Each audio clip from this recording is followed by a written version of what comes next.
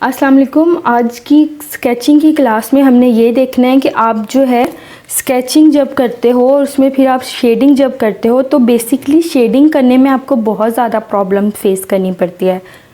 तो प्रॉब्लम किस वजह से आपको फेस करनी पड़ती है? क्योंकि आपको शेडिंग की टून्स के बारे में नहीं पता होता। मीन्स कि आपको ये नहीं पता होता कि कहाँ पर डार्क शेड आना है, कहाँ पर लाइट आनी है। तो आज हमने वही चीज़ जो है वो इस वीडियो में, इस क्लास में हमने सीखनी है।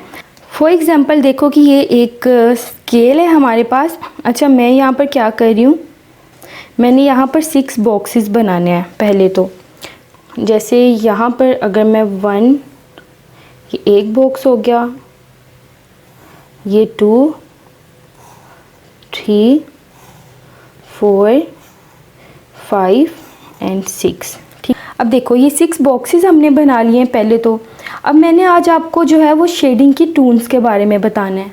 ठीक है, कि शेडिंग की टून्स जो हैं वो कौन कौन सी होती हैं। तो चलें हम स्टार्ट करते हैं आज की अपनी वीडियो।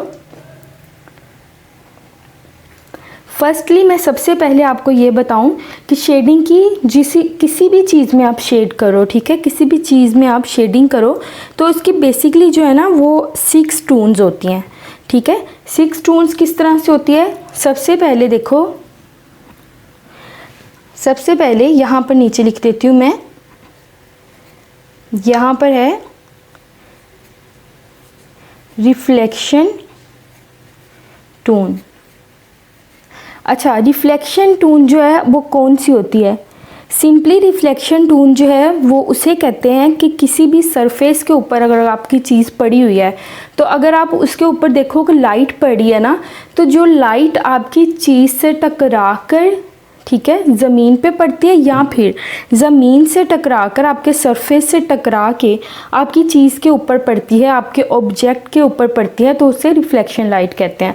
जैसे फॉर एग्जांपल कि ये कटर पड़ा हुआ है मेरे पास, ठीक है, तो अब देखो कि ये जो लाइट है ना, ये जो यहाँ से लाइट आ रही है ये टकरा के ज़मीन पे यहाँ पर इसके ऊपर पड़ रही है। ये देखो आप, अगर नीचे आपको नज़र आ रहा हो तो इस चीज़ के ऊपर पड़ रही है। इट मीन्स कि ये जो है रिफ्लेक्शन लाइट जो आ रही है वो यहाँ पर हमारी सरफेस के ऊपर टकरा के हमारी चीज़ के ऊपर, ऑब्जेक्ट के ऊपर पड़ती है, उसे रिफ्लेक्शन टून कहते हैं। ठीक है, अब उसके बाद क्या होता है? इसके बाद हमारी आती है हाई डार्क टून। ठीक है, एक हमारी डार्क टून होती है और एक हाई डार्क टून होती है। हाई डार्क टून मीन्स कि जो ज़्यादा जो है वो डार्कनेस जहाँ पर हो, जहाँ पर ब्लैकिश शेडिंग करनी है आपने, उसको जो है वो हाई डार्क टून कहते हैं। अब उसके नीचे अगर मैं आपको बताऊं, उससे आगे वाली जो टून होती है ओब्वियसली वो जो है वो डार्क टून होगी। ठीक है, डार्क टून। अब नेक्स्ट अगर मैं आपको बताऊं, नेक्स्ट में हमारे क्या होता है, देखो नेक्स्ट में आते हैं हमारे मिडल टून। ठीक है, और उसके बाद हमारी जो आनी है लाइट टून, लाइट टून, और लास्ट वन जो है हाईलाइट, हाईलाइट टून। ठीक हो गया। ये बेसिकली जो है हमारी किसी भी चीज़ में, किसी भी ऑब्जेक्ट में आप अगर शेडिंग करते हो ना, तो ये 6 टून्स हैं जो आपकी किसी भी शेडिंग में यूज़ होती हैं। बेसिक ये 6 टून्स हैं जो आपकी किसी भी जो चीज़ में शेडिंग करते हुए यूज़ होंगी। ये भी आपको बहुत कम जो है वो लोगों को पता होगा, बल्कि 100 में से जो है वो 2 या 3% को जो है वो पता हो सकता है, परसेंट लोगों को हो। अब अगर मैं चाह रही हूँ कि मैं इसको थोड़ा सा जो ब्लेंड कर लूँ, तो मैं ब्लेंडिंग स्ट्रम के साथ जो है वो इसको थोड़ा ब्लेंड कर रही हूँ।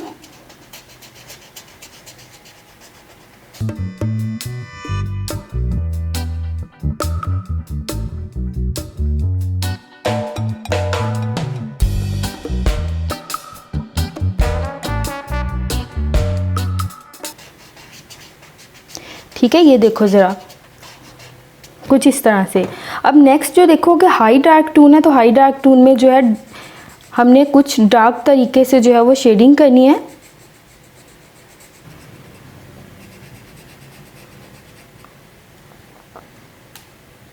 नेक्स्ट जो हमारी टून है देखो, नेक्स्ट जो है वो है डार्क टून।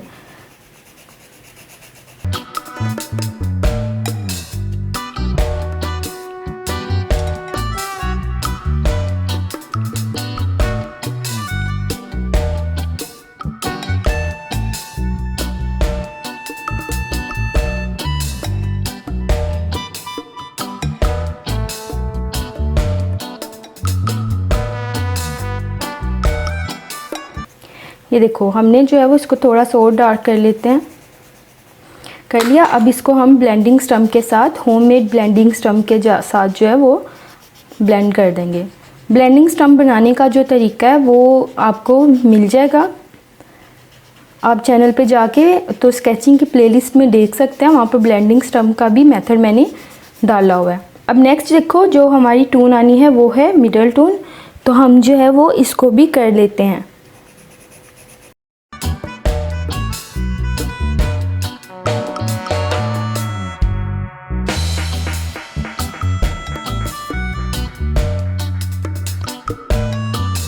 ठीक है, अब इसको हम थोड़ा सा मर्ज कर लें।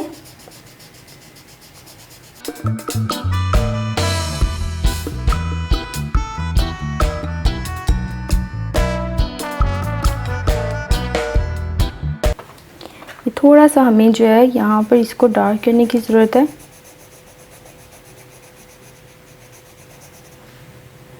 अब लाइट टून जस्ट इतना सा,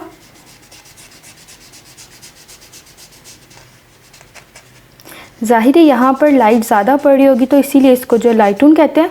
अब जो हाईलाइट टून है, और वैसे तो आप इसको ब्लैंक भी छोड़ सकते हो हाईलाइट के लिए, लेकिन अगर आप चाहो तो आप बहुत ज़्यादा लाइट सी इसमें जो है वो शेडिंग कर सकते हो, जस्ट कुछ इस तरह से। अब आपको पता चल गया होगा कि किस तरह से जो है किसी भी चीज़ में आप शेडिंग जब करते हो तो शेडिंग में आप कौन कौन सी टून्स यूज़ करते हो। जैसे कि मैंने आपको बताया कि हाई डार्क टून है, फिर डार्क है, फिर मिडल टून है, फिर लाइट टून है, फिर हाईलाइट टून है।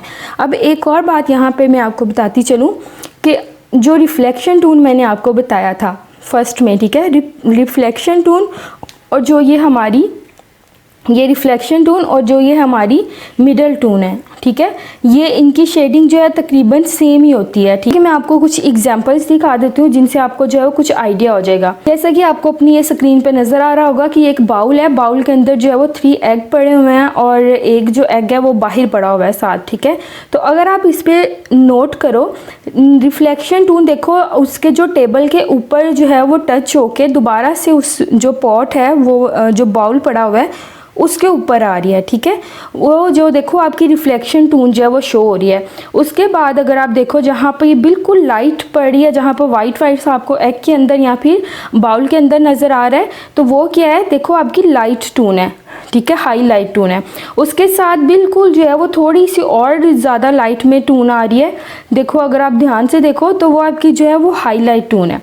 तो उसके बाद आपकी ये वाली जो चीज़ है मिडल टून है, क्योंकि रिफ्लेक्शन टून और मिडल टून जो तकरीबन सेम ही होती है, जैसा कि मैं आपको पहले बता चुकी हूँ। उसके थोड़ा सा नीचे जाओ आप तो फिर आपकी आती है डार्क टून और उसके बाद जो है वो हायर डार्क टून। तो इस तरह से देखो कि ये एक एग्जांपल थी मैंने जो आपको बताई है। अब एक और एग्जांपल अगर मैं आपको दिखाना चाहूँ, जैसे आप ये देखो कि अगेन एक बाउल पड़ा हुआ है, उसके अंदर कुछ एग पड़े हुए हैं, साथ में एक जो है वो एक क्लॉथ का पीस पड़ा हुआ है, एक बॉटल पड़ी हुई है। अब आप देखो कि इसमें भी सेम वही चीज़ें रिपीट हो रही हैं कि जहाँ पर देखो एग के ऊपर लाइट पड़ी है सामने से, तो वो वहाँ पर जो है ना वो हाईलाइट टून आ रही है उसकी। उसके साथ ही बिल्कुल जहाँ पर थोड़ी सी कम लाइट है तो उसको जो है वो लाइट टून आ रही है। फिर उसके बाद मिडल टून है, फिर उसके बाद देखो डार्क टून है और फिर हाई डार्क टून है। और अगेन जो है वो रिफ्लेक्शन टून और मिडल टून की जो रेंज है वो तकरीबन सेम ही है। ठीक है, अगर आप देखो उनकी जो टून है वो तकरीबन सेम ही आ रही है। तो इसी तरह से आपने अगर आपको ये चीज़ों का इल्म होगा तो आपकी ऑटोमेटिकली शेडिंग जो है वो बहुत ज़्यादा इम्प्रूव हो जाएगी। बाकी अगर आपको कुछ समझ नहीं आई, आप कुछ फर्दर पूछना चाह रहे हो तो आप मुझे मैसेज कर सकते हो। तो बाकी हम नेक्स्ट क्लास में मिलेंगे, तब तक के लिए अपना ख्याल रखिएगा। खुदा हाफिज़।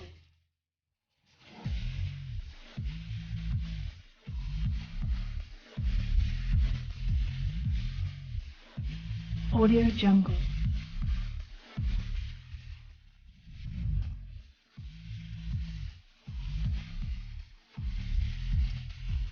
Audio Jungle.